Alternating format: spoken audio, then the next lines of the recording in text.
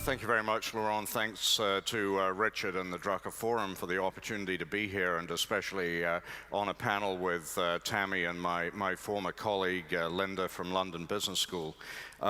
Let me start by just giving you 2 or 3 statistics about social media in China.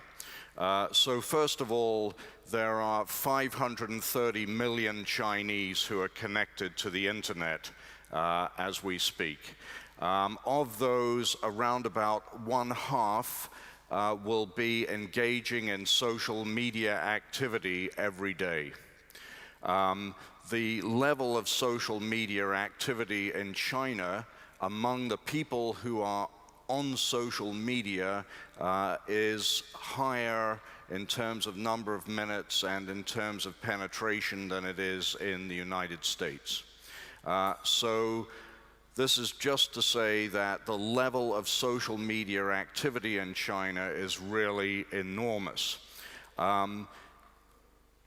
Viral marketing is of great importance to brand owners in China. This is just one example from Burberry, the British luxury brand, which has made a point internationally of being very prominent user of social media. In China, they do exactly the same. This is a collage of photographs that have been submitted primarily by people in China who have bought Burberry trench coats and who are submitting pictures of themselves in their Burberry trench coats to a social media website which is overseen by Burberry. The important thing to note here is that the level of recommunication of these kinds of photographs, of these kinds of social media communications is enormous and much higher in China than it is in the US. If you want to be a social brand, you have to do this kind of thing. You have to engage with your consumers in a very direct sense and enable them to engage with each other as well. In fact, one would go so far as to say, if you want to take advantage of social media, you have to make your brand social. Social media is not good for anti-social brands. So inevitably, in order to succeed, social media require the brand socialize itself and imagine how to do that. So let me turn to a second example. I'm not sure whether or not the General Counsel of Siemens is still with us, but this is a rather less pleasing example. This involves a gentleman by the name of Mr. Luo.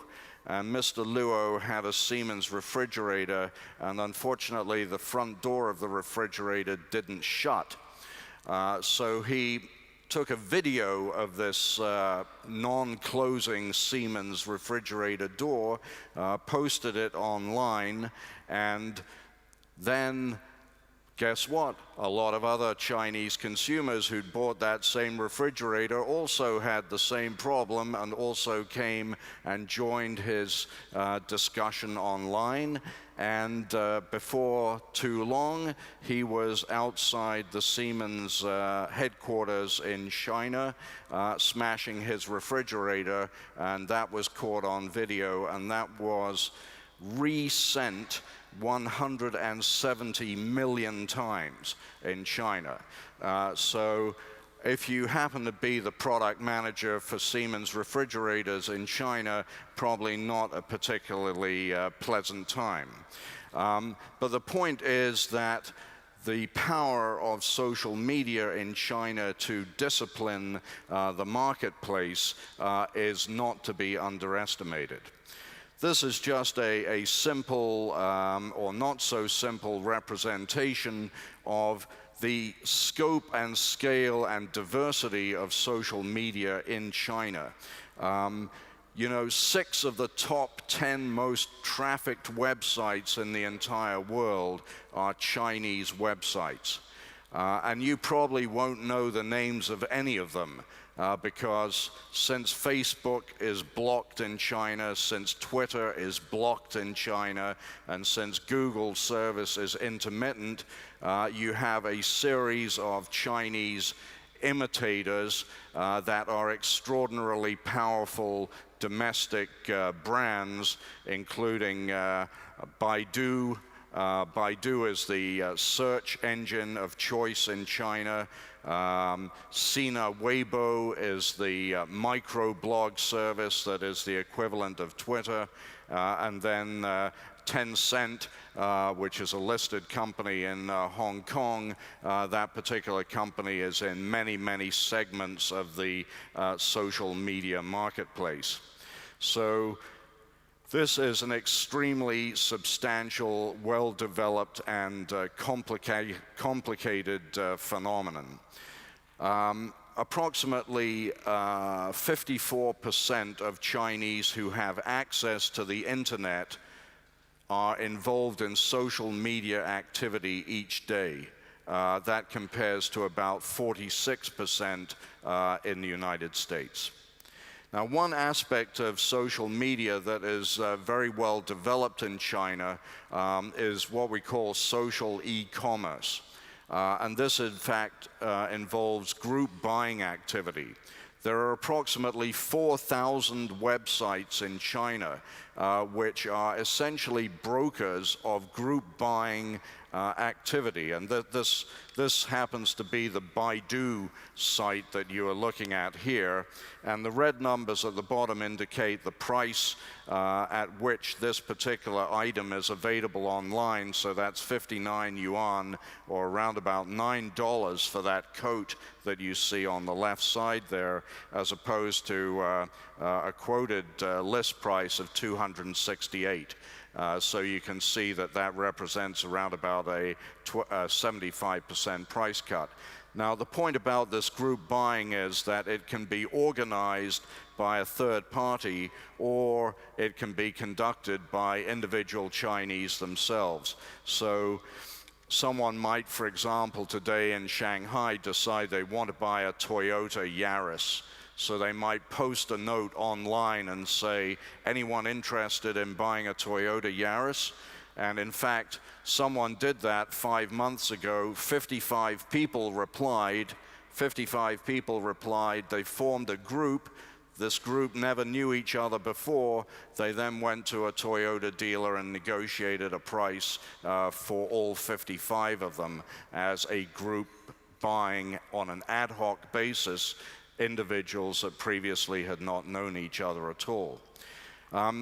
It's also important to note that social e-commerce in China enables rural citizens who have not yet been able to access the retail infrastructure where a lot of goods are sold, enables them to purchase products which they can afford to, but where the growth rate in China has been so fast, the retail infrastructure has not been built out quickly enough in third and fourth tier cities. So you actually have a tremendous amount of this e-commerce activity that is going into rural areas, much as Sears Roebuck and Montgomery Ward 100 years ago in the United States, through mail order, were able to serve the needs of rural farmers. So what we are seeing in China with the advent of social media can be summed up perhaps in this slide here, where prior to the phenomenon of social media, you had a society that was very tightly controlled, and where each individual would really only trust or rely on a few individuals with whom they had either close family relationships or long-standing relationships as friends. What we're talking about here, guanxi, which you often hear related to Chinese society, really means those very tight relationships that you have in your inner circle. Outside of the inner circle, you would have had really only state-controlled sources of information such as CCTV and China Daily, which is the, for example, the English language organ of the party. So what social media has done is it's opened up the landscape of communication to enable a much broader set of relationships, looser relationships, but broader set of relationships to come into play, so that many people are now influencing each other in China in a way that wasn't true 10 years ago. And this leads some people to ask the question whether or not social media represent what you might call the new opium of the masses. The Chinese government, of course, has allowed high-speed internet access. And the Chinese government has been very proud of its contribution in that regard. The social media represent a safety valve for individuals to have a say about a lot of different things, both products and services, but also about policy issues as well. And although there is still censorship in China, and the so-called Great Firewall of China does exist, to censor out sensitive discussions on sensitive issues, the fact of the matter is that this social media has been a very important growth phenomenon to enable Chinese to communicate with each other. But the key question is whether or not the genie is out of the bottle, whether or not this phenomenon of social media interaction is going to take on a level of political intensity that in the end will not be controllable. So we find that social media is actually being used very extensively these days by citizens in China to address issues that previously the government would have had very tight control over.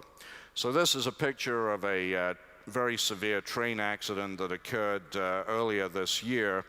And unfortunately for the Chinese railway authorities, their attempts to bury the carriages that came off the rails in the middle of the night before sunrise basically failed, because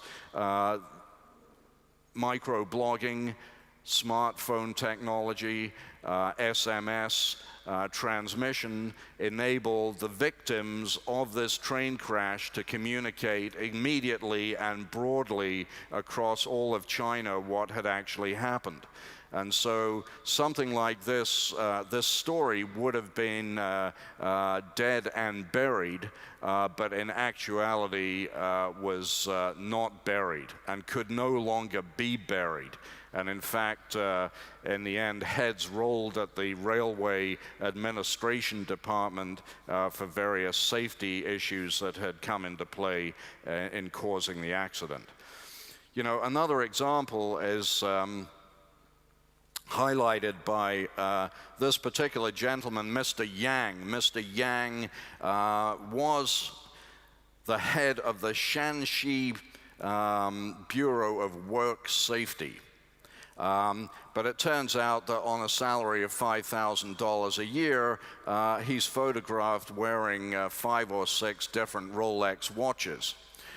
So this you know, happens to be a series of posts that some citizen in Shanxi decided this guy is corrupt, and we're going to make sure that he is dealt with. And so instead of filing a complaint with the authorities, what you do is photograph Mr. Yang wearing his collection of Rolex watches, and sure enough, Mr. Yang today is behind bars. And so the social media becomes a mechanism for not just policing the commercial marketplace, but also policing the political marketplace. And also, I might say, the NGO marketplace, because here we have a lady who's 20 years old driving a Maserati and claiming to be the general manager of Red Cross Commerce in China on her blog. So unfortunately, not only did she go down, but on top of that, the Red Cross in China as a brand has been totally destroyed as a result of the irresponsible actions of this particular person. The final one I'll mention in this series of vignettes is what we call the Italian job. A company called Da Vinci in China is a retailer of luxury furniture purporting to be imported from Italy. Unfortunately, some video footage was posted online that showed that this furniture was actually made in China and then shipped all the way to Italy to be relabeled as made in Italy, and then came back to China to be sold at customarily premium Italian prices. So this particular example is a great example of what we call destructive entrepreneurship. Destructive in the sense that, you know, it's not just a funny story, but it actually undermines confidence in brands and in the marketplace. But again, the social media outed this woman, who's the owner of the company, put it in very close to bankruptcy condition. And subsequently, we have seen that she has been able to pop up again in another company. So what does that tell you? What it tells you is that the growth rate in China has been so quick that the rule of law hasn't been able to keep pace. And you cannot create an army of consumer product safety inspectors overnight. There is no tradition of that profession yet developed in China. So the rapid growth rate means that there is a commercial jungle there, and the social media really play an important part in policing that jungle. So what we have is a situation, I think, which looks something like this, where the social media are facilitating a lot of commercial exchanges. They are facilitating a lot of dialogue amongst consumers regarding products and services and brands, what's good, what's not good. All of that is actually building a level of mutual trust among the consumer population, and that consumer population, every time it transacts, an exchange between a buyer and seller occurs, that becomes part of the positive social glue that helps to bind together the overall Chinese society. And the question is whether or not this pattern of interaction will eventually become unstoppable and move into the political arena in a fashion that ends up resulting in greater democratic participation on the part of the population in policy decision making, as opposed to just what brand to buy. So let me stop there, and I'll look forward to your questions later. Thank you.